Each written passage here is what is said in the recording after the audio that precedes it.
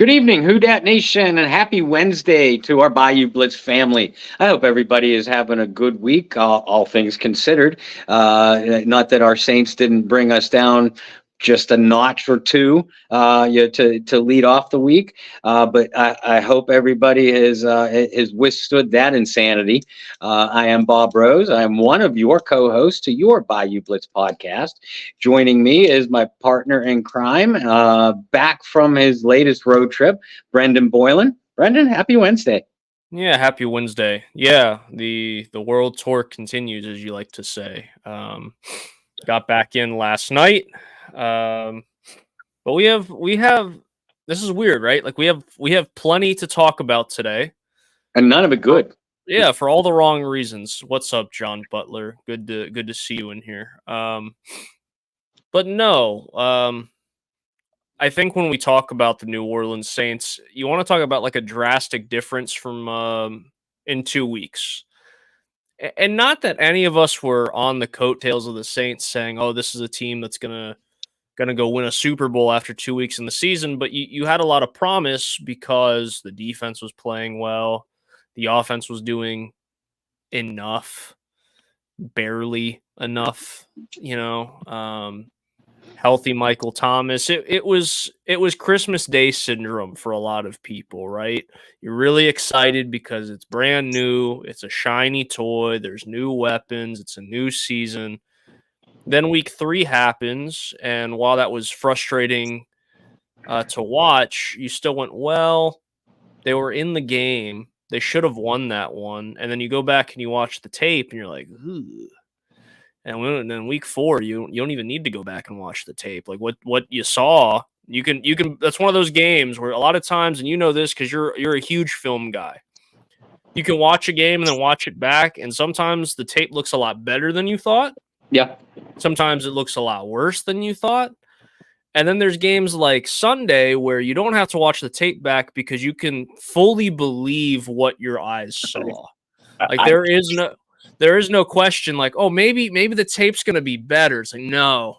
If anything, the tape is worse. Like just don't put yourself through that pain. So I No, but want to jump I'll right into tell you what, John Hendricks and I, it's weeks like this that John Hendricks and I, for the Saints News Network, we earn our paychecks and then some, because we rewatch the film anyway.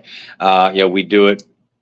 And not because we're gluttons for punishment. It's definitely not a choice.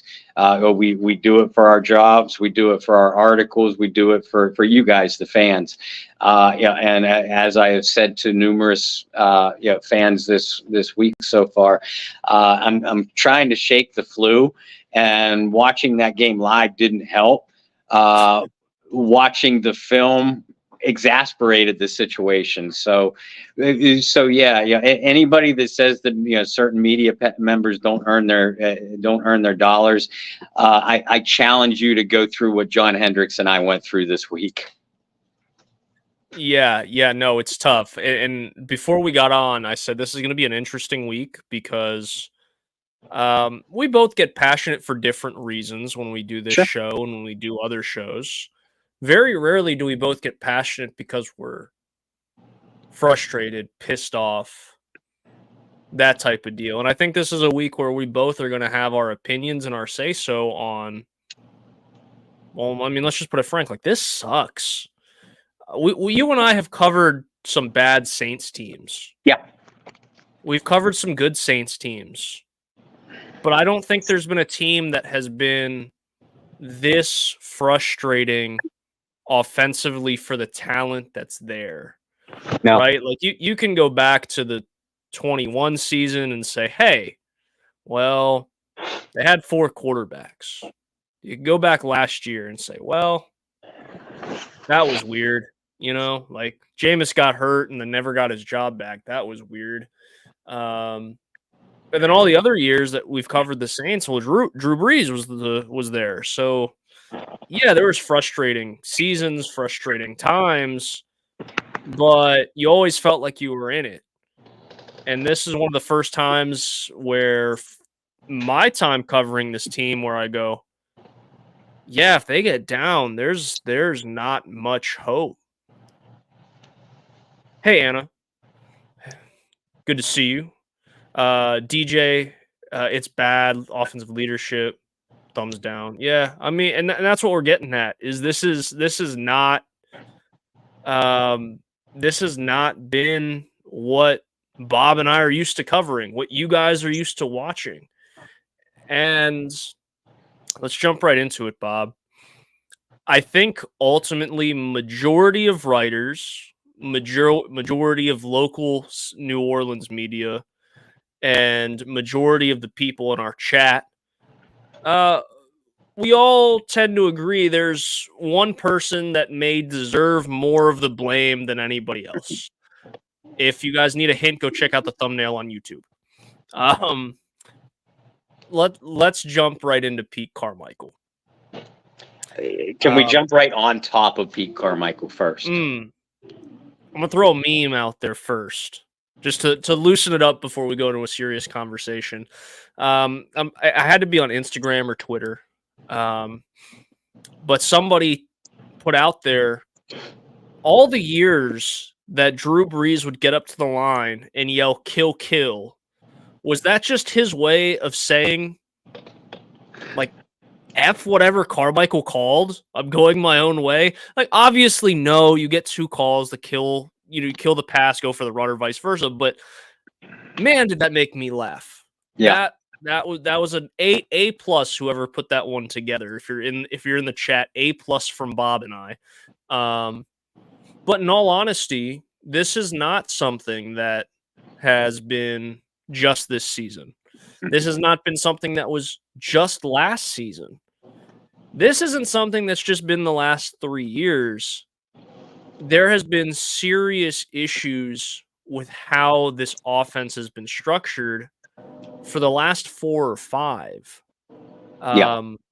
You know, I would not be afraid to make the argument that since the 18 season, there's been a steady decline in how this offense has looked. And I'm not saying that with an aging Drew Brees. I'm not saying that in terms of Michael Thomas's injuries. I mean in terms of play calling, efficiency. This offense hasn't looked dangerous. You know, you would wake up on a Sunday or a Thursday or whatever day of the week and go, you know, it doesn't matter who the Saints are playing. It doesn't matter how bad this defense is, you know, some of those years. You knew the Saints offense is going to come out. They're going to be dangerous. They're going to be electric. And even if they fail to get in the end zone, you know, multiple times, at least we can see the intensity. And now it feels like here, this is the best analogy I can make, or comparison, or what have you, metaphor. When I was a kid and I'd go up to New Jersey to see my grandparents for the summer, every night baseball would be on. That was my grandfather's, my papa's. That was his thing. You watch Yankees or Mets baseball. Mostly Yankees because he was a Yankees fan. About the third inning of every night, like consistently, you could bet money and win every night. You'd look over and the man's neck would be craned back and he'd be snoring. And then by about inning 5 or 6, he'd snore so loud he'd wake himself up and realize, like, oh, I'm watching baseball. That's how I feel with Pete Carmichael watching these games. It's about 2 drives in, the man falls asleep and forgets that he's an offensive coordinator. And then by the 4th quarter, he wakes up and goes, oh, wait, I'm an offensive coordinator. How do we get back in this game? It's like the guy falls asleep for periods. And don't get me wrong, Bob and I can both agree there were times in his, man, Carmichael's been a part of this team for 17, 18 years now. There were definitely seasons where his offensive-minded brain was magical, like one of the best in football. The 11 team that Bob and I speak so highly of was a Carmichael called offense, a team that set records across the board offensively. some of which still stand. But football, just like any other business, it is a what have you done for me lately? And I look at Pete Carmichael's resume and I go, not a whole lot. I don't think there's a question that I have posed at the bottom. That shouldn't even be there. Like if I was a better producer and I had a little bit more energy and a cup of coffee, maybe an extra cup of coffee in me, I could have found something other than is it time for a change? Because that's not even a question at this point. It is time for a change. But ultimately, when is that change going to happen? Will it happen? If you joined Bob and I on Sunday on the PSF app during our pregame show, we talked about and both came with a conclusion of agreements that we did not feel that this was going to be something that happened with Pete Carmichael either being shown the door, being asked to be relieved of duties. That we both felt that this was something where Pete Carmichael was going to continue to call the plays, and that essentially Dennis Allen wouldn't have the guts to make the midseason change, because we've seen it often in other instances where it goes, this really isn't working. We're going to continue to do it because that's not the definition of insanity. Or when you're in a pickle, or when you just need an extra spark to keep your playoff hopes alive last year, and you go, you know what? We're not going to make a change at this position. We're not going to make a change at this position. We're going to continue to roll out with this and this and this. Or the last 2 seasons where Dennis Allen has been the man in charge, or I guess year and 3 games or 4 games or whatever, is, you know what? We have one of the best offensive weapons in football. Let's continue not to get them involved in the passing game. That sounds great. Because we've seen this, you don't want to call it, I almost want to call it lack of urgency, but I don't think that does it justice. It is a lack of winning mentality at this point. It is a lack of want to be better at this point.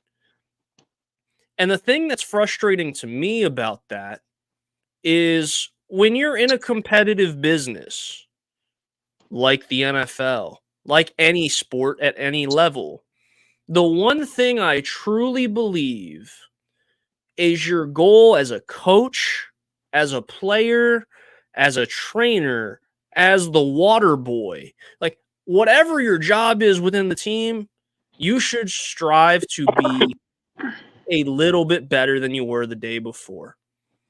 Just a little. You don't have to be much better. You don't even have to be a full percentage better than you were the day before. But as long as you're progressing, the Disney movie, Meet the Robinsons, like, keep moving forward. Like, that's all you need to be doing. And it's almost as if it is the refusal to do that. It is the refusal to be uncomfortable. It is the refusal to get out of the comfort zone. And Bob, you may have said this to your athletes during your coaching career. But I remember a coach telling me at a young age, nothing good comes from being comfortable. If you're not challenging yourself, if you're not asking hard questions, and you're not pressing yourself and asking yourself what you can do to be better every day, you're not just doing yourself a disservice, you're doing your team a disservice, whether that's in football, whether that's in life. And at this point, I'm really questioning, does Dennis Allen care to be a little bit better every day? And and trust me, I understand standing by your coaches. I understand standing by your team. I understand defending your guys.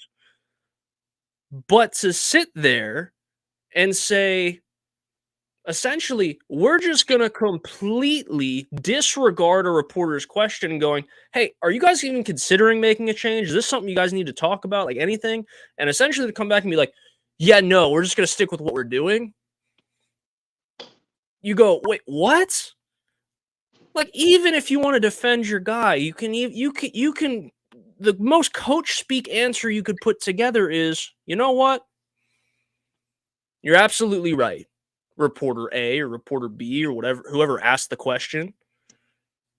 We have had issues offensively, and this is something that we need to digest together behind closed doors. And as soon as we figure out what the best solution is moving forward, we're going to get back to you and let you know what our decision is. Right? That's an easy coach speak answer. That's essentially answering the question without answering the question. But to immediately be like, no, there's no question. We're not taking the play calling out of Pete's hands. It's like, okay, I understand defending your guy, but defending your guy to that length, you can almost admire it because it's like a captain going down with his ship, but you can't, right? Exactly. You can sit there and be like, well, he's a captain going down with his ship. Like we can respect that. It's like, but you can't, because at this point, it's almost as if you're so stubborn, you can't see the problems going on around you. And what have we said throughout the offseason, Bob? We have said, DA, we're not your bosses, so we can't make this ultimate decision. But in my eyes, there are absolutely zero excuses this year because you've brought in everything. All of your people, coaches, players, even players that were on the training camp roster that didn't make the final 53. Like, you got a chance to bring those guys in and get your looks. You had the chance to bring in your coaches to run your style of this and your style of that. And my biggest concern when all that went down, and I think I joked about it with you too, on and off the air, was, you mean to tell me this guy's bringing in a ton of guys from the teams that had 4 wins, like 3 straight seasons? Like, you think that's a winning formula? I understand employing your friends. I really do. Bob, if I ever become a multimillionaire and I start a business, you're the first person I'm coming to get. You know? Back at you. That's how it works. You're supposed to employ your friends.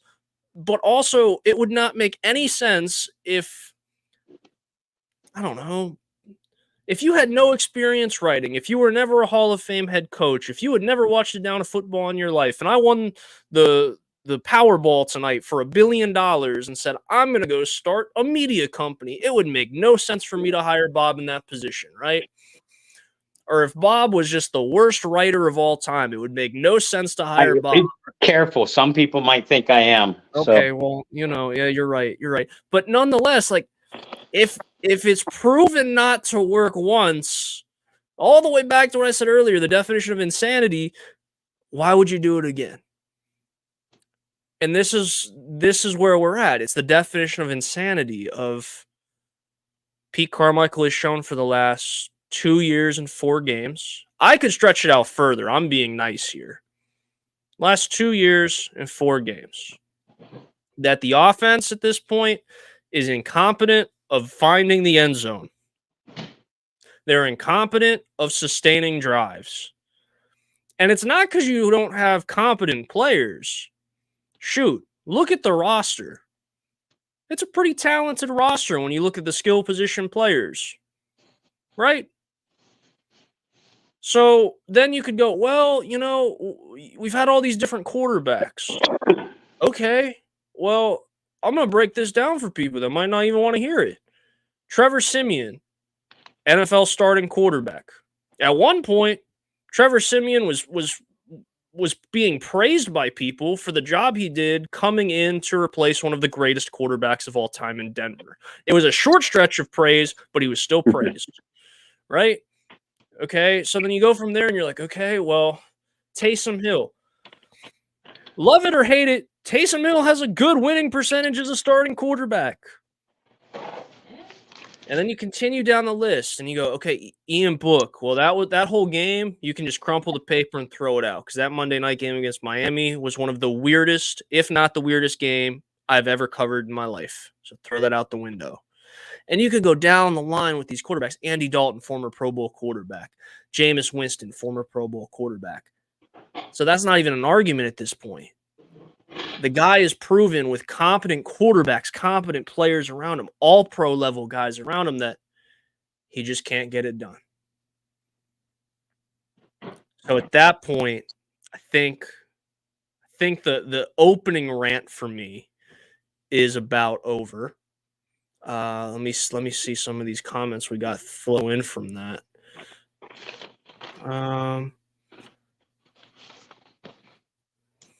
DJ says Pete didn't even want the job. That might be an argument, I guess, but can't wrap my head around all this talent going to waste. Anna, you're on the same page with what I said. Johnson, give me 5 minutes with Gail. We'll get this figured out. I don't know if I'm concerned or not, John. Are you really consider Do I need to be reporting that to somebody within the Saints organization? Hey, look, desperate times call for desperate measures, man. That's it. Let's see. Hey, Eric, good to see you. What's Pete and DA's contract terms? Please let us know. Bob, you can handle that one and get in your rant. Like I said, I took the opening like 20 minutes, which is really different for me. Yeah. Barry Hurstis would be proud, my friend. Woody, good. I'm happy that I'm happy he's smiling down at my. That's my rant of the year, right? I don't get another one because at this rate, I don't usually get one a year in, and that's my rant at this point. This is awful. Fix it. You tell me when you're out of gas. Are you sure? I'm gonna take. I got 40 ounces of water that I can down after that, so I'm good. Okay. When you're a competitor, you're not going to win every time. Right? That's just a fact of life. But there's a difference between losing and being a loser. Being a loser means that you do not possess the aptitude to try to improve.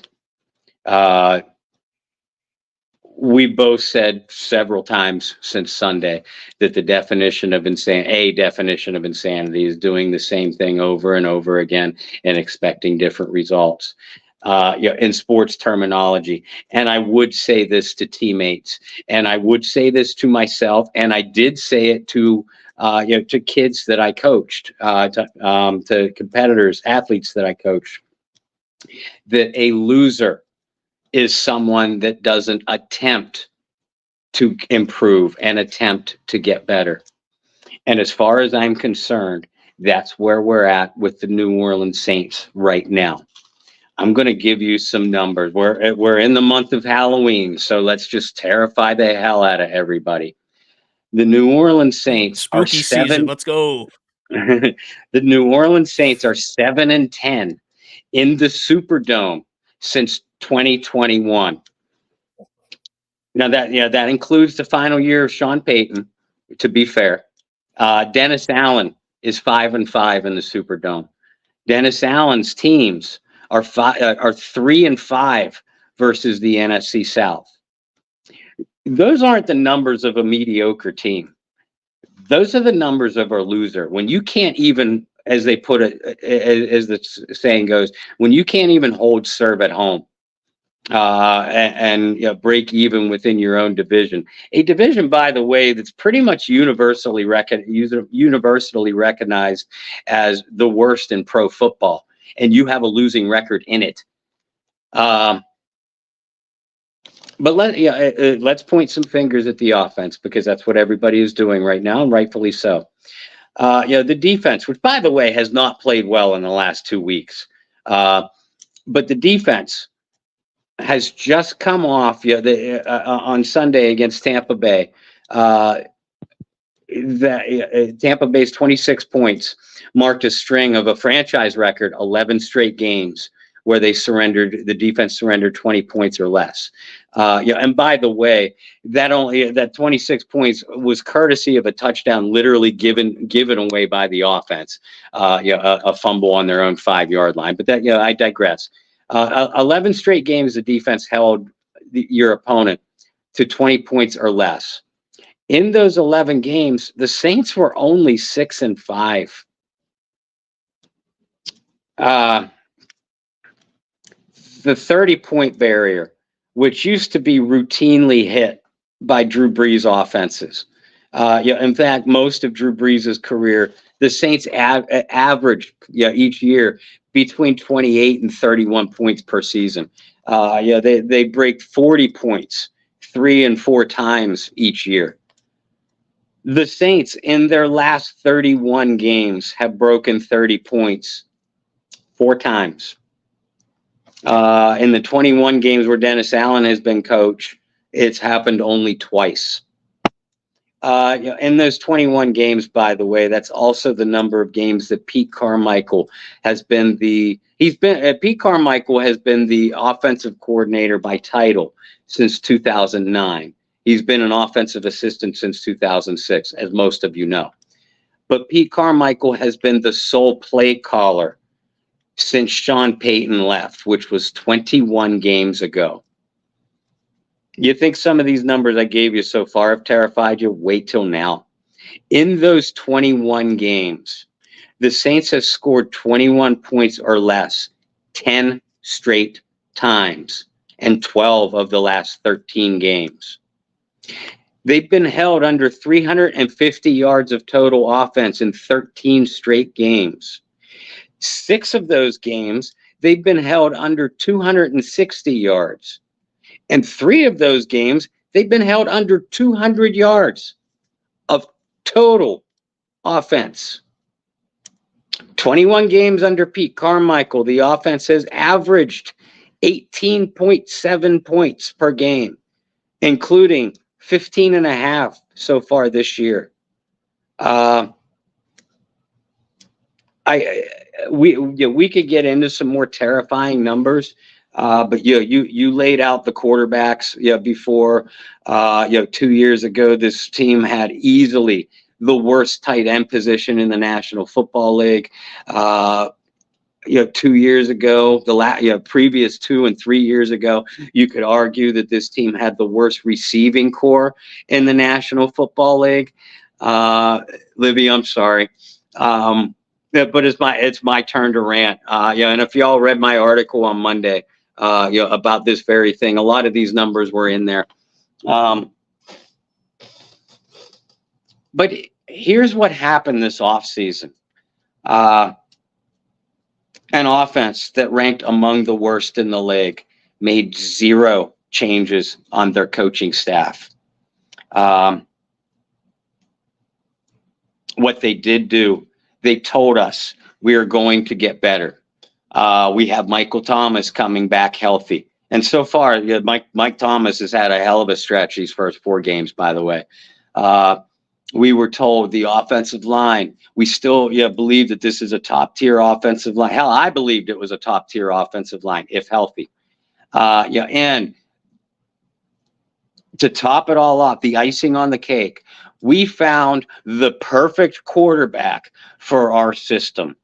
Now, I'm not souring on Derek Carr by any stretch. 4 games is way too early for me to do that. My point is, you now have an offense with a receiving core of Chris Olave, Michael Thomas, Rashid Shaheed, an athletic mismatch in Jawan Johnson at tight end, a dynamic running back, arguably the most dynamic running back in the league if you're talking all-around versatility in Alvin Kamara, an offensive line that has 4 first-round picks and a second-round choice, and the perfect quarterback to lead your system, and you're averaging 15.5 points per game. This is the lemon that the New Orleans Saints have sold to us, the media, and you, the fans. So where does the finger of blame lie? Frankly, it lies all the way around. Yeah, as you know, Brendan, you folks know that have followed me for a while. I'm not the guy that's going to pin 100% of the blame on the coaches all the time. I'm just not, because the players have to execute. It's their job to execute. Derek Carr, you have to be better than the quarterback we've seen the last 3 games. Injured shoulder or not, that doesn't excuse the previous 2. Chris Olave, you got to give a better effort than we saw on Sunday. As Alan Ulrich put it on Under the Dome last night, you look like Brandon Cooks out there. With your lack of effort. Now that's 1 game for Chris Olave, so I'm certainly willing to give the young man a pass. The offensive. We even saw improvement, small improvement, but improvement from the offensive line last week. The players on the field have to get better. But there's no doubt that they're talented. It's certainly a more talented crew than we saw last year, than we saw in 2021, than we saw in 2020. And these are the results that we're getting that should only lead a person with any working brain cells to one conclusion: the coaches. And these coaches have continued to be absolutely helpless in making in-game adjustments, in reacting at all to what an opposing defense is giving to them. The most baffling play calls I have ever seen from a professional organization. You're running, go route. You're taking shot plays on 3rd and short when your defense is just desperate for a little bit of ball possession from your offense to get a rest and build a little bit of momentum. You're on a 3rd and medium or 3rd and long.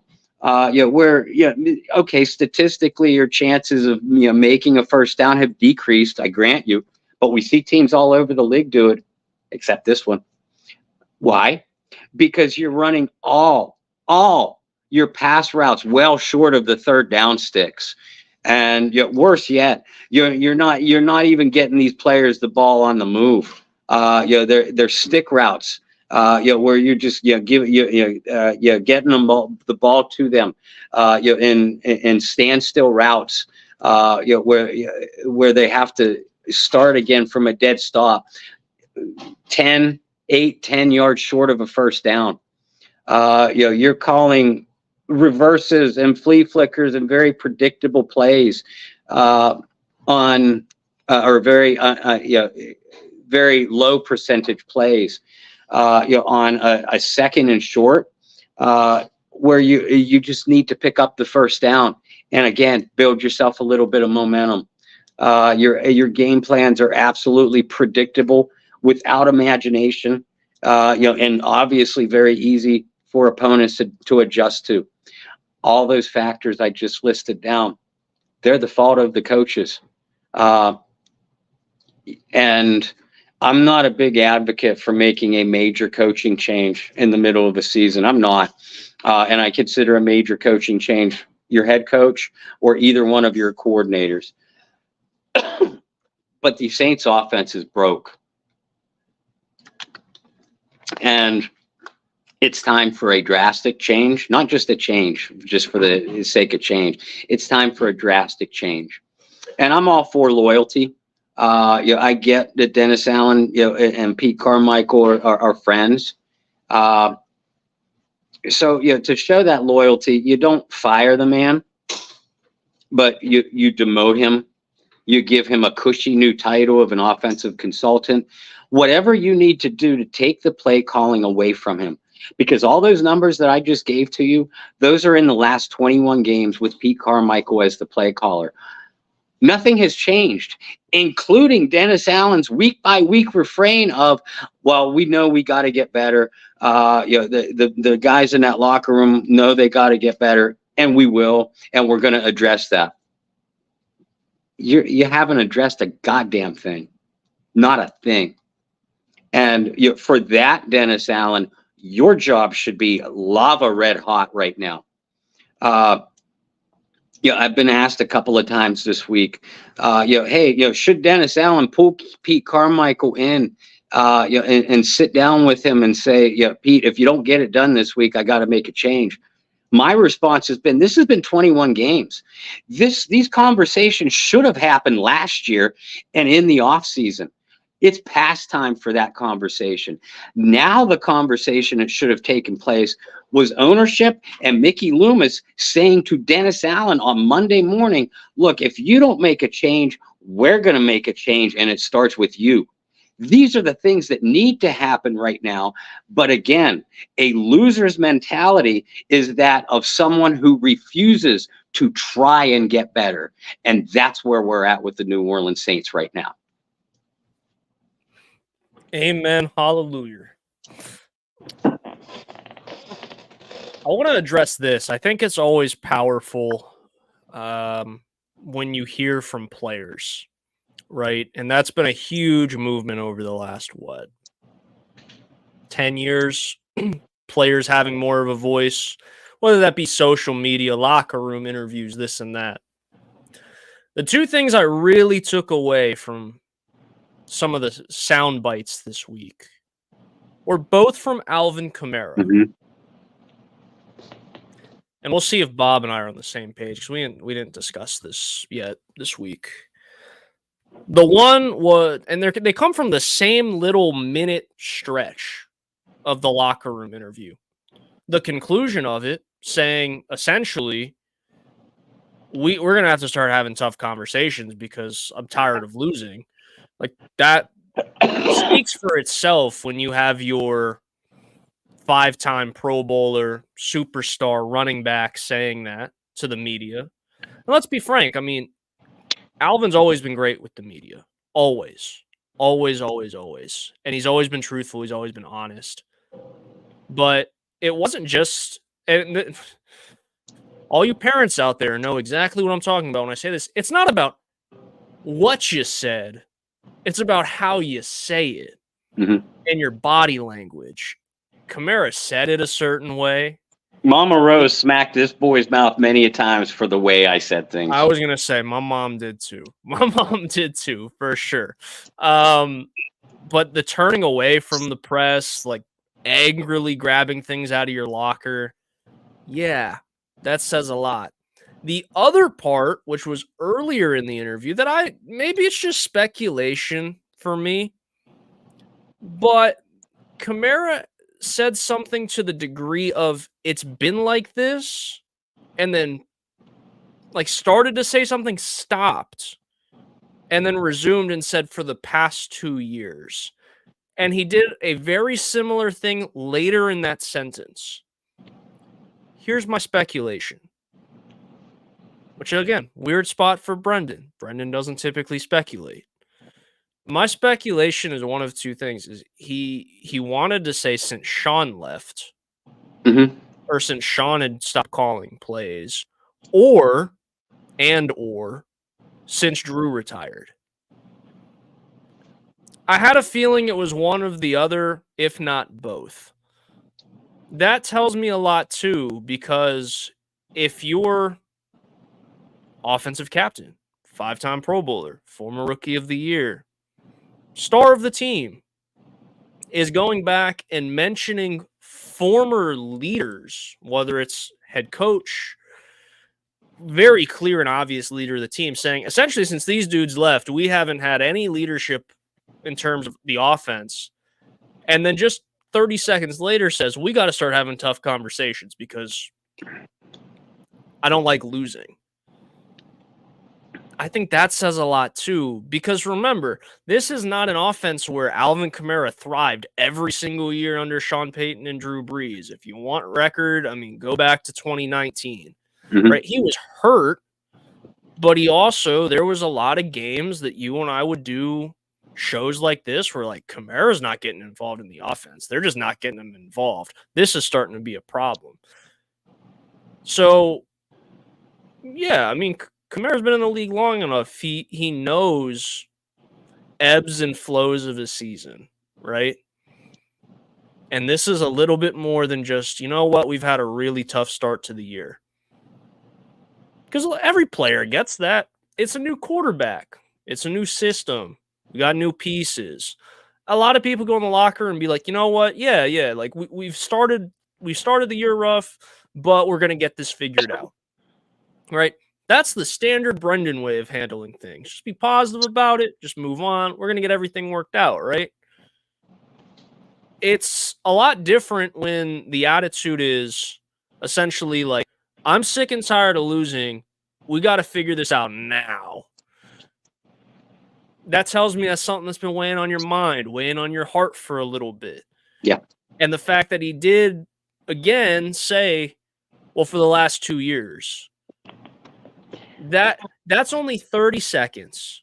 But that tells me everything I need to know, not just on how Alvin Kamara feels, but I would assume how a lot of that locker room feels. And what's the one thing, Bob? Hall of Fame head coach Bob Rose. When you lose a locker room as a head coach, you're dead and gone. Yeah, you don't get it back. And we're at that point.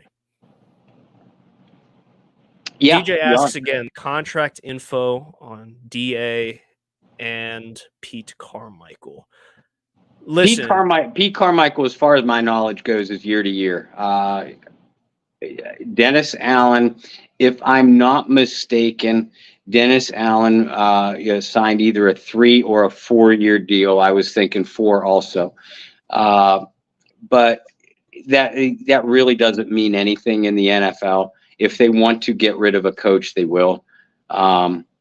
Here's the more important statistic to realize for the New Orleans Saints, that the New Orleans Saints simply do not fire head coaches in the middle of a year. They've done so twice in their franchise history. I don't count Jim Mora. Jim Mora resigned. They've done so twice in their franchise history. Both times were in the 1970s, and both times were after was a coach that was fired after more than 2 years on the job. He was in his 3rd season, and both times happened under previous ownership before Tom Benson even bought the team in 1986. So in other words, this is just not something the team is going to do. I think the direction that we could be headed is for a clean sweep of this coaching staff at the end of the year. I don't want to say that should happen now, not after 4 games. But if things don't turn around and if things keep going the way that they seem to be progressing, you got to believe that the Benson ownership, Gail Benson, again, going back to what I said about being a winner's mentality and a loser's mentality, you're now going to find out just what kind of owner that Mrs. Benson is by her reaction to this if it keeps going down this road.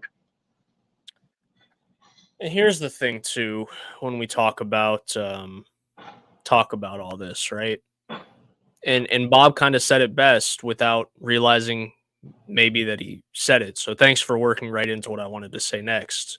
That's what good partners do. It means we've been on the air a long time together. We're only 4 games into the season. So yeah, you could look at this and hear what we're saying and agree with us, disagree with us, or look at it and be like, well, isn't this a little bit of an overreaction for a team that's 2-2? But again, this is something that has lingered and lingered and lingered. Now, the Saints could come back and turn it all around and finish the season like 10-7, and we're having different conversations. The offense could come out against New England and put up a 40 burger, and we're having a completely different conversation next Wednesday. Is that going to happen? Yeah, if I'm a betting man, don't put money on the Saints scoring more than 30 points in New England. Maybe the defense scores 4 touchdowns. You never know, but that is true. Well, but then you're counting on the offense to get a field goal, Bob, and even that is a little iffy right now. But I digress. Like, I mean, we could be having a completely different conversation in a couple weeks. But the reason we're having this conversation right now is not just because everybody else is having this conversation, but because Bob and I have covered this team for too damn long. to continue to see the mediocre offense that we have. Bob, what did you say those numbers were? 21 games since Sean's been gone. So, and you said they've scored 30 points twice. I know one off the top of my head, opening week against Green Bay. That was under Sean. That was on. Oh, you're right. You're right. That was the two times that they scored 30+ points were against Seattle and against Arizona, when they were staring a blowout loss in the face and got a couple easy scores against a prevent defense late. I was going to say, I know exactly where I was for that game. I was at a business conference in Vegas listening to the game on the radio, and it was the second Andy Dalton pick six, and I thought they were playing like a replay of the call, and it took me a second to realize, oh no, that's the second pick six in the course of just a few minutes. But yeah, I totally forgot that first Jameis game was a Sean Payton. Yeah, that's bad. That's even worse than I thought. Mm-hmm. When you throw the numbers out. Like I said, we could be having a completely different conversation. It's the 10 straight games of 21 points or less that really got me. The one that really gets me is their record in those games. Mm-hmm. Right? Like closing out the back half of last year with what was it, 8 straight? Mm-hmm. Yeah, quick math. 8 straight games the defense didn't surrender more than 20 points or whatever that number was. And they were 500 in those games. Or if you won one of those games, if you won 2, you're almost a shoo-in to be a wild card. If you win one of those games and the ball bounces your way a couple times with some of the other games, you're in the wild card. And I go, wait a minute. And I guess this is what's frustrating too. Just as a sports fan, like forget covering the team. Do you know how many years before I covered this team where it was like, you know what, if Drew Brees ever had a defense, the Saints were winning the Super Bowl every year. And then when we started covering the team, 15, 16, those teams weren't that good. Let's just be honest. But I was like, okay, a lot of those years it was like, man, they can get Keenan Lewis some help. Maybe the defense would be good enough for us to be 500. Maybe if they got Delvin Breaux some help, we could be 500. And then they started reeling off these things. And you're like, okay, well, look, the Saints have like a top 15 defense. And they're, the 17 season, the 18 season. Okay. But again, you go back to that. Do you know what I would have given as a fan of this team when I was in high school and college, before I started covering the team, for Drew to have the type of defense the Saints have now? Do you know what Drew would have given for the Saints for giving him a defense like this? And you finally get that defense after he's gone. You're like, okay, all right, fine, so be it. But if the offense can be decent, like I feel like it's just a sick game. And this is before, just my weekly Bob is older than me comment. I wasn't around for like the late 80s, like really good Dome Patrol days, right? But it's a sick joke because in those days it was like, man, if they could get an offense. Yeah. And then you get the Drew Brees era, however many years later. It's like, 15 years later. You're like, oh, Drew Brees. Now, only if the Saints could have a defense. Mm-hmm. And now you're back to only if the Saints had an offense. It's just a sick joke. But the defense has been so good. And honestly, but I don't even want to know what the Saints record would have been last year if the defense was bad. If the defense was average, I don't even want to know, because the Eagles would have been having like a top 5 pick. Some of those years. And it's just one of those like, oh my goodness, where are we at this point? Where are we at? Because to your point earlier, we've been promised, oh, the offense is going to be better. We've almost been promised this is going to be a team that gets back to the playoffs. And on paper, they should. Yeah. But it's one of those things where it's like, oh my God. It's that crazy ex that like continues to promise you like, oh, we're going to get back together. It's going to be great. That's a great analogy. So then you get back together and then you realize this is the same shit I've been dealing with. And then you break up and then you get back together. And that's where we're at for the last however many years. Libby, Anna, I'm always cold. I see your comments. I'm always cold. 24/7. I could not live in the Northeast again. I am always cold. Even in my house, like it's probably like 70, 72 degrees in my house and I'm cold. It's a problem. We got to figure that out somehow. If I could wear a hoodie all year long, I would. But yeah, it's like a sick, toxic joke / relationship that the Saints have played for the last few years.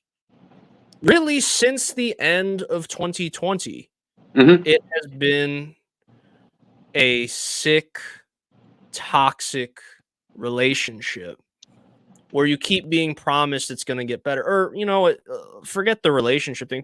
It's like a toxic job that keeps telling you, like, oh, we're going to give you a raise. Oh, you're the project manager. We're going to make sure we get you better help on your next project. And it just never happens. You never get the raise. You never get the help. You never get anything. And then you sit there and you look at it. You're like, why am I still here? And then the job goes, you know what? We're going to give you that raise we talked about last year. You're like, okay, great. And then for another year, nothing happens. And I'm really glad what you said, the mentality of winners versus losers. Because as long as we've covered the team, as long as people have been fans, as long as we've followed this team, even prior to writing for them and doing podcasts and all the stuff we do now, you know, this was a team that always had the winning mentality. Even those 7 and 9 seasons, recency bias, recent memory. This was a team, even those 7 and 9 seasons, you believe this was a team.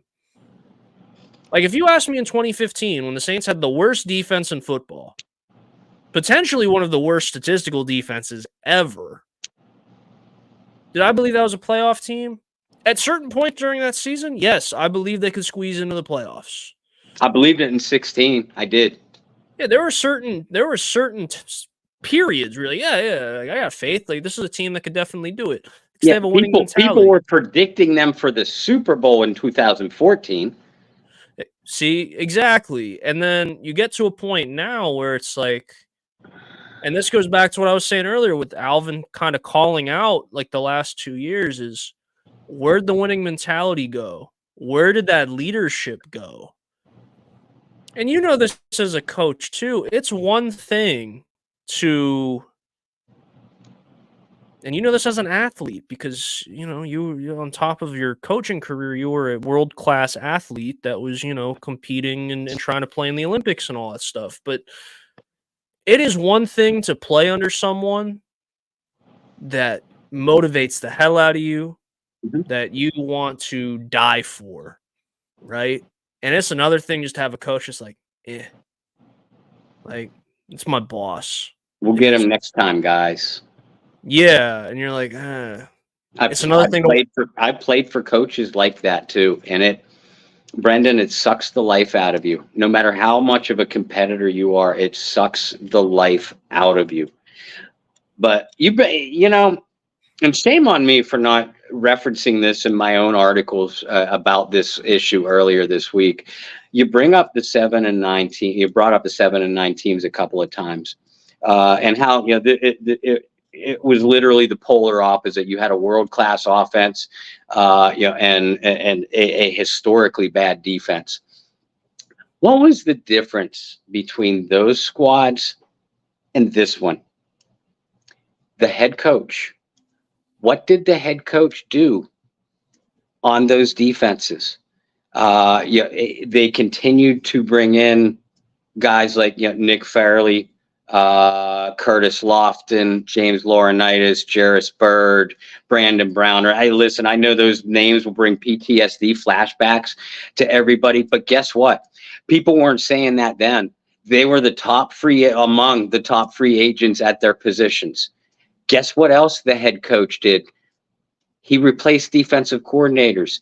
He went from Steve Spagnuolo to, after Bountygate, he was sort of forced to make this move, but he still brought in Steve Spagnuolo from the outside because they didn't like the way those defenses finished 2010, 2011. After the Spagnuolo experiment went horribly wrong, he brought in Rob Ryan, excuse me. After that went wrong, he brought in Dennis Allen and several other defensive coaches.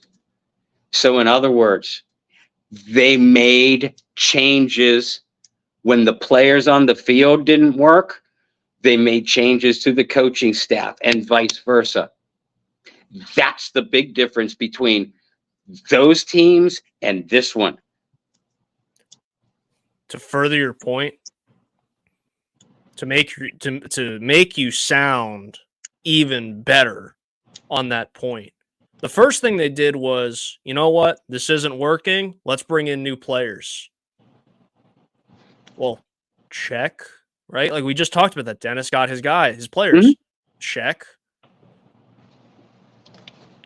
Some of those players performed okay. Some didn't. Like off that list that you just named, I have no ill will towards Curtis Lofton. I thought he was decent in the time that he was here. Did he live up to Lofton made a ton of tackles 8 yards down the field, but it looked pretty on the stat sheet. Sure. Exactly. It wasn't awful. It wasn't Browner and Bird awful. Right. Right. I could live with it. Bird, oh man. I remember when that signing happened. You're looking around like, how the hell did they just pull that one out of the bag? I'd be willing to spend the money on a new car just to run over Jarris Bird with it. Thank you, Bob. Let me flag this on YouTube real quick after some of the comments we've had. But nonetheless, they went and did it. Okay, well then the players didn't work, the systems didn't work. It was bad. Oh, Fairley was the other one you brought up. I have no ill will. No. That was a hell of a season. One of my favorite one and done Saints, or I think it was a year, but one of my favorite should have brought him back type of players, even though he didn't end up working out wherever he went. One of my favorite. Wow, that was a fun little ride. But then after all that stuff happened, to your point, what'd they do? Well, Spagnuolo left. They brought in their guys. Spagnuolo gets fired. Ryan comes in. That worked for a little bit. Ryan brought in some of his guys, and as much as he was a big, goofy, lovable, personality, and created one of the greatest memes of all time, and Saints memes of all time, it didn't work. And they brought in DA, and then it started to work. And then DA brought in his guys, and he gets promoted, and he's brought in more of his guys, and now it's just not working. And now we're not talking defensively at this point, clearly, because the defense is good, but offensively. So you brought in your guys. What's the next step? If history repeats itself, what's the next step? Nobody has to answer that, right? It's got to be looked at the coaches. And that's kind of where we are, is right to quote the great Michael Jackson, right? You got to start with the man in the mirror, right? And at this point, I don't feel like any of the coaches are looking in the mirror, and they're trying to find excuses elsewhere. They're trying to make sure it's like, oh, I got to have his back because he's going to have my back, and we got to keep our jobs. And it's a loser's mentality, and it is a looking out for the betterment of yourself and the team. It's not a team player mentality either. And that's one of the things in sports that pisses me off more than anything, whether it's covering a team or being a fan of a team. It's not so much winning and losing. It is so much doing everything in your power as a coach or a player to make the team better. And sometimes it means being super selfish to make the team better, and sometimes it means being super selfless to make the team better. And in this case, selflessness is going to go a lot further than the selfishness that we're seeing now. And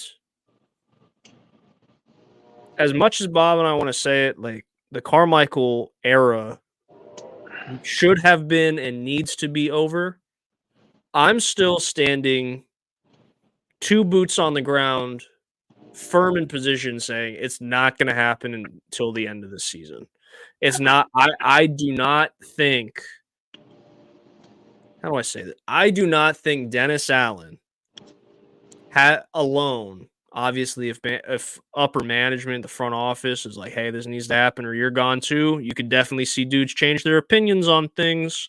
Going back to that selfishness thing, I don't think Dennis Allen has the guts to do it.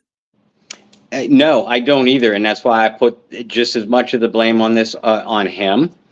And I put just as much of the blame of this on front office and ownership too, because it's also their responsibility to step in.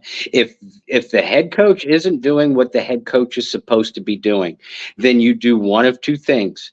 You either find a new head coach right now, and I'm not advocating that, or you let the head coach know, this is the direction that we want to go.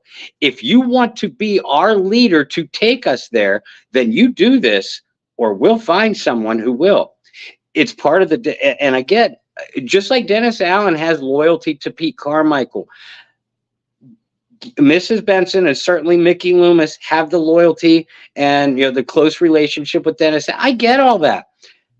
But Sean Payton, and this happened a year or two too late, Sean Payton fired his best friend in Joe Vitt, along with a couple others on that coaching staff. It took a while for it to happen, but you got the feeling that Sean Payton's job security was getting a little bit shaky. I never thought that Sean Payton was at big risk at being fired, but it was headed that direction. And Sean Payton had a hell of a lot better resume than what Dennis Allen is working with right now. Gail Benson and Mickey Loomis have to approach this as cold-hearted business people if they want to win. If you want this to be a consistently winning organization, you have to make this decision, and you have to make it now. Because I think you're right. I think if Dennis Allen had his laurels and had his way, he would stick with Pete Carmichael through the rest of the season. If that happens, this New Orleans Saints team is an 11 or 12 loss team in 2023. And again, they clean house. But before that happens, you lose your locker room. And there's a lot of great young players in that locker room that if you lose them, you might not be able to get them back up here. That's fact of the matter. And you either, I'm not gonna suggest they become a locker room cancer, but they're never the same player for you as what you thought they were going to be, because you already lost them once. So you've lost that sense of trust, or you move on from them and you end up cleaning the whole house out, and you become the Cleveland Browns or the Detroit Lions. And that's a worst case scenario, but it's not so far-fetched if you think about it. And this team, this franchise was exactly that way at one time. The good old, and again, this was before the Benson ownership, but the good old boys network. John Mecomb hired his friends in the front office, hired people he knew and friends as his coaches, who brought in assistants that they knew and liked and got along with. No real sense of urgency or accountability if they lost. Again, what kind of ownership are you? What kind of ownership are you going to be, Mrs. Benson? Because we are now at that crossroads. Throw up 2 comments before we get some closing thoughts and close out the show. Libby says it's better to be loyal to the team and the city and the state, be loyal to the fans that are loyal to you. I agree. Unfortunately, sports don't work that way anymore. You're right. Yeah. And it's super unfortunate because I hope that for other teams I root for. And it's just not that way. Eric says, sometimes he thinks Miss Benson has more interest in the Pelicans than the Saints. She leaves it up to Mickey. What do you think? It's possible. I think it's a mixed bag. If Mickey Loomis is in charge, then he's the one that has to make this decision too. Absolutely. I think it's a mixed bag because, hear me out, I think that there was a big push by Tom before he passed to have the Pelicans be relevant. Mm-hmm. And in a way, I see Gail trying to finish that job and making the Pelicans relevant. And you guys who watch this show know that I'm a Charlotte guy through and through when it comes to basketball. But, man, there was a big stretch last year where the Pels, they started so hot that there was a lot of excitement in New Orleans. And for the city of New Orleans, I don't think it's a bad thing if the Pelicans are good. Unfortunately, that front office is run very similar to the Saints front office because it's the same people. And there's some issues there. Also, the Zion thing needs to be worked out before we talk about the Pelicans being good. That's another show for another time. Absolutely. That's not even our show. We'll leave that to Pelican Scoop. We'll leave that to Pelican Scoop. Well, let's talk about this real quick before we go. We're over time, but this is definitely a show to be over time on. Very quickly, Bob. We've both kind of in agreement. We would not put money on Carmichael being out if it was solely up to Dennis Allen this season. Outside of just, scoring touchdowns and winning games and giving me a coach speak answer or them a coach speak answer. What's the solution to this problem? What's the immediate solution, if there is an easy one, to this team's offensive struggles? It's not an easy one because you've done everything wrong for so long. That I can't envision the current regime, coaches and player combination, writing things, fixing things anytime soon. However, the talent is still in place. You have Alvin Kamara back. Your 3 wideouts, knock on wood, are healthy. If you knew how to use them, that would be great. Listen, you got Alvin Kamara 24 touches last week. Granted, it was that was something that you and I were screaming about for the last 2 years. Get Kamara more involved, especially in space. Now, I know that Alvin still only had 80-something yards, but that was against a very athletic Tampa Bay defense, who is designed to contain him. You did the right thing in that way. But here's the thing, and not only that, they weren't touches like running up the middle and run, inside touch. You were trying to get the ball to him on the perimeter. So you keep doing that kind of thing. You keep running Alvin off tackle where he is best, and especially Trevor Penning is starting to play some really good football. As a run blocker, especially. So you work that side a little bit. But even when you're doing things right, Pete Carmichael, like that, you spread the Tampa Bay defense from sideline to sideline. What should that leave open for you, Brendan? I was never good at things like that. I'm just kidding. It should be the middle of the field. It should be. And you have two pretty physical guys in Jimmy Graham. Jawan Johnson missed last week, but you still had two pretty physical receivers in Jimmy Graham and Michael Thomas. I'll spare you going back and watching the game film. Jimmy Graham was targeted 0 times, zero, let alone in the middle of the field. Michael Thomas of Thomas's, hold on a second, of Thomas's 4 receptions, two of them were in the middle of the field, along with two of those catches, along with another target that Derek Carr was off target on low and behind him. Usually a ball that Thomas still brings in, but still. In other words, you didn't use your weapons to the best of their ability. You finally used Kamara to what he does best, but then you got away from using Thomas for what he does best, using Jimmy for what he does best. Yeah, you took a couple shot plays to Olave, but you didn't get him involved on all 3 levels. Rashid Shaheed, you haven't gotten him involved enough in the last 2 games. So it's those kind of things. If you're going to keep the same regime, which obviously you are, then at least open the Football Coaching for Dummies book, Pete Carmichael. Keep what you're doing with Alvin Kamara, what you did this past week, but remember what you used to do with Michael Thomas. Do that again. Remember what you did with Chris Olave last year. What you did with Rashid Shaheed the first 2 games this year. Do that again. Maybe do it all at the same time. Right? Whoa. Yeah. I mean,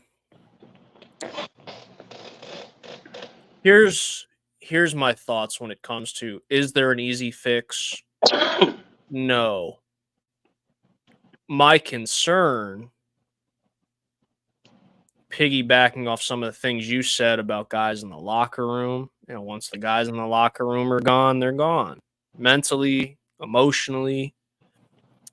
I look at the guys that brought a lot of that quote-unquote swagger to those teams between 17 and 20. And the two of them you just named a lot. You just name dropped in that last little 5-minute stretch. Michael Thomas, Alvin Kamara. You cannot afford for those dudes to get emotionally checked out. Mike Thomas, I don't think you could ever emotionally check that dude out because he's just got that winner's mentality that we were talking about. You can't lose that. When it comes to Alvin, the frustrations are definitely evident. It was last year in his body language. You and I both agreed that. We've mentioned that last year. Exactly. You cannot afford to continue down this road. And continue down the road. How long has he been on this dang touchdown record? Like, just get him the ball. You know how much confidence that's going to bring somebody to finally get that monkey off their back and become the team's all-time leader in touchdowns? It's not that difficult. Figure out a way. You have to do that against New England, and we're going to preview New England on Friday at 6 o'clock Eastern, PSF app. We'll actually talk about football and not just be bitching about other things. But to get that monkey off your back is going to do wonders for somebody. You have a game in New England where Michael Thomas is involved. I'm not asking for like a vintage Mike Thomas performance, but give me 7-8 catches for 70 yards and a score. Like, not over the top vintage, but like a good Michael Thomas. Give me that. You know what kind of confidence that brings Michael Thomas? Get Alvin Kamara some touches. Get him in the end zone. Get creative. You know what kind of confidence and swagger comes back with things like that? You have to lean on those guys right now for multiple reasons. One, they're 2 of your best offensive players, right? Second, you cannot allow those guys, your leaders offensively. You could throw Derek Carr in that conversation, but I'm focusing on this guys because they've been here. Mm-hmm. And they've seen this team at the highest of highs. You cannot afford for those leaders to be mentally checking out at any point throughout this season. You got to get Olave and Rashid involved too early. You do. Because those are two guys you got to reel back in right now. Yeah, Olave for my fantasy team too would be great. But yeah, you're absolutely right for the fact. I mean, he checked out. He checked. Do I blame him? I mean, yes. Like I do. It's your job. Shame on him. Right. It's your job not to do that. Do I understand from a young person's perspective who had such a successful year last year, who's all of a sudden not as successful? Yeah, I understand it from putting my brain in that headspace. Yeah, I get it. I understand why it happened. I don't agree that it did.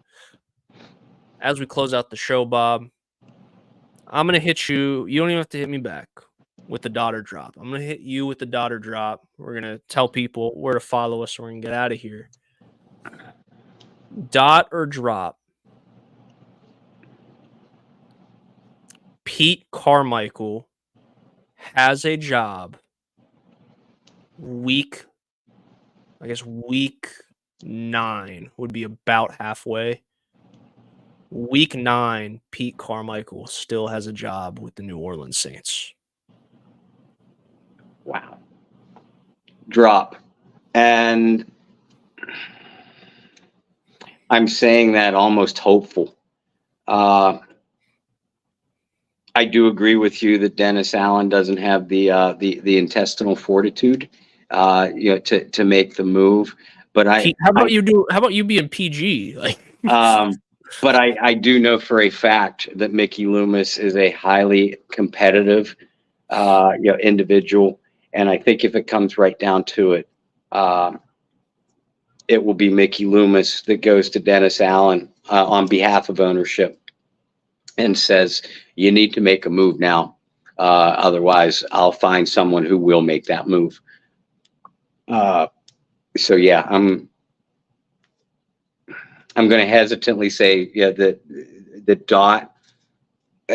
Pete Carmichael will not be in the same capacity by week 9, because if I'm not mistaken, that's after the Thursday night game against Jacksonville. Yeah. All right, Drew B, I want to answer this before we get off. He said, what's the deal with Chucky? It took me a second. What's the deal with Gruden? Is he banned from coaching? He's not banned from coaching. No. But that would be a really bad PR thing to do. The fact that there was not a ton of crazy PR when he was even in the building surprises me. But if he were to get flat out hired, PR department might be a little frustrated. Well, and listen, let's say they do make a move with Pete Carmichael. And again, it wouldn't be firing him outright. It would just be making him an offensive consultant, giving the play calling duties to someone else. That someone else, folks, will be on staff. Yes, I know John Gruden knows this offense, and he certainly knows Derek Carr, but he doesn't know the offense inside and out. Not enough to step in off the street and be be the de facto offensive coordinator and, more importantly, play caller. No, those duties would go to either Ronald Curry or wide receiver coach Cody Burns, who this team loves, by the way, and that's just fact. Someone like Gruden could be brought in that situation. Someone like Gruden could then, and probably would then, be brought in as a consultant during the week to help put in the game plan, maybe even sit up in the owner's box, certainly not down on the sidelines for the reason that you just mentioned. That's the only capacity that John Gruden or any kind of outsider would come in at this stage of the season. That's fact. Yeah, I think Gruden could be a guy that, if a change were to happen, he gets hired as like your passing game consultant, whatever 3 business like words you want to throw together for a job title. And I could see something like is it Jim Tressel went from head coach of Ohio State to like some fancy title where he sat in the box. Like, I don't even remember what kind of promotion that was. Right. That's what would happen with Carmichael, is he'd be promoted to an imaginary position where he still has an office, he still has a job title, he's still in the offensive meetings, but he's really just there. Bob, as we close on what was a very different episode for the pair of us, where can people follow you on the World Wide Web? Where can people find us on PSF? And all your great work with Sports Illustrated, which I know is keeping you busy this week. Yeah, to say the least. Folks, thank you for tuning in and staying a little bit over with us tonight. First of all, make sure you join Brendan and I back on Friday night, 6 p.m. Eastern Time, 5 p.m. Central on PSF. Pro Sports fans, it is the PSF app, so make sure you download that if you haven't already. And you can find me there, Bob Rose, no space. You can find me on Facebook, Bob Rose with a space, Twitter at BobbyR2613. Put spaces wherever you want there, I guess. Obviously, follow all of our work through the Saints News Network at Saints News on Twitter, or the SI.com team channel, where we do all the coverage for your New Orleans Saints, good and bad. And remember that, folks, we don't always like to report the bad stuff. It's our job.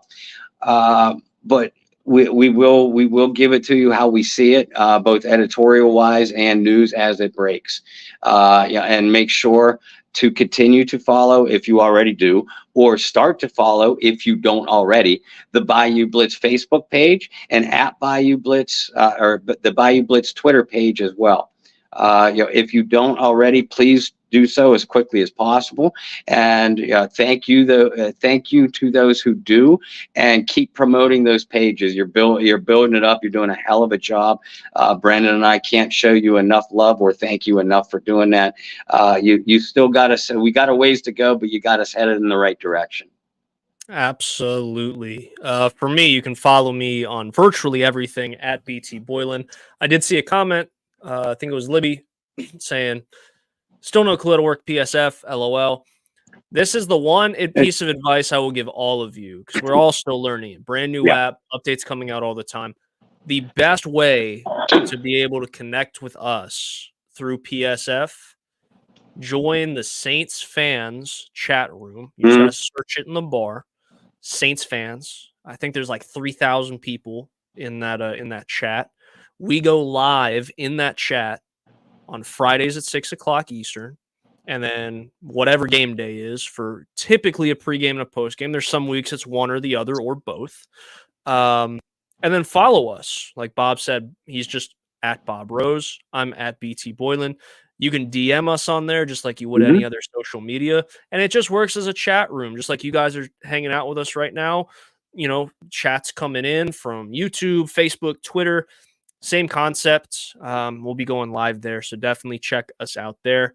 I just want to echo what Bob said. You guys have done a great job growing us. To be completely honest with all of you, and I know we've shared this before, we wouldn't have been able to get on PSF if it wasn't for the work that you guys do here, because this is how they found us. Was through the Bayou Blitz podcast, which means you guys have done an excellent job promoting it, getting our names out there, hanging out with us every week. It's like family. And we say that all the time. It's the Bayou Blitz family, because you guys hanging out with you guys every week's like having a family reunion every Wednesday. It's awesome. Yep. It's a lot of fun. Before we go, if I can find it, here it is. I told you we got one more of these to give away. I don't know how you guys want to do it, but we do have one more of these to give away. I'm thinking, because we haven't treated you guys on YouTube super well, just because there's not a good way to run things, I'm thinking we pick a random Wednesday where if you're in the chat and you put something like here, we're just going to randomize all the people in the chat, and whoever wins it, wins it. We have one behind that you can see Bob and I signed for a winner. I got to ship that out. I've been on my world tour, You didn't ship Libby out her ball yet. I've been on the world tour, dude. Man. She's going to kill us. I know. And But I you know haven't what? been She's going to here. kill you. I haven't been here. I've been in Salt Lake, Arkansas. I don't think I've been home for a full 7 days yet. We showed her pictures of the ball. I know that's my fault, but nonetheless, that'll ship out. Oh, We're gonna get another one out to you guys. We'll see. We'll see. However, we gotta do it. However, we gotta run a giveaway for you guys on YouTube, and we'll see you guys next. Well, no, we won't see you next week because you're gonna see us with PSF on Friday. Libby said no excuses. Yeah, I know. I'm terrible. I'm awful. I'm terrible. It happens. I drove, Life Libby. I drove all the way to Charlotte to hand Brendan that ball to sign. for that sole reason. And that was the other thing. And I'll say it on the air. You and I had talked about Sharpies on those footballs and how they rub off when it gets wet. I had yours was fine.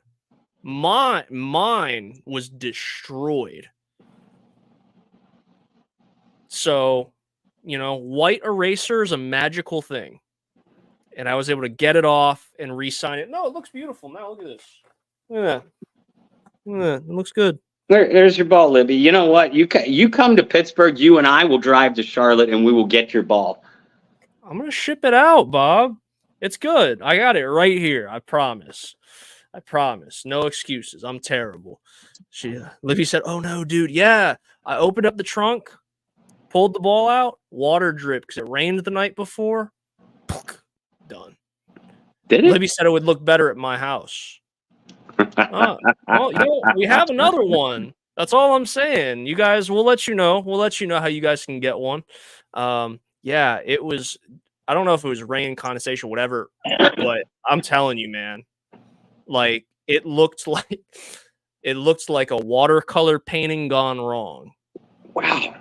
It was really bad. So I ended up signing it in gold paint pen. Shouldn't have any issues. It'll get shipped out. I'm also going to saran wrap it before I get it out in the mail too, just for the extra protection. But I digress. You guys didn't need to know all that, but now you do. It's been one of those days.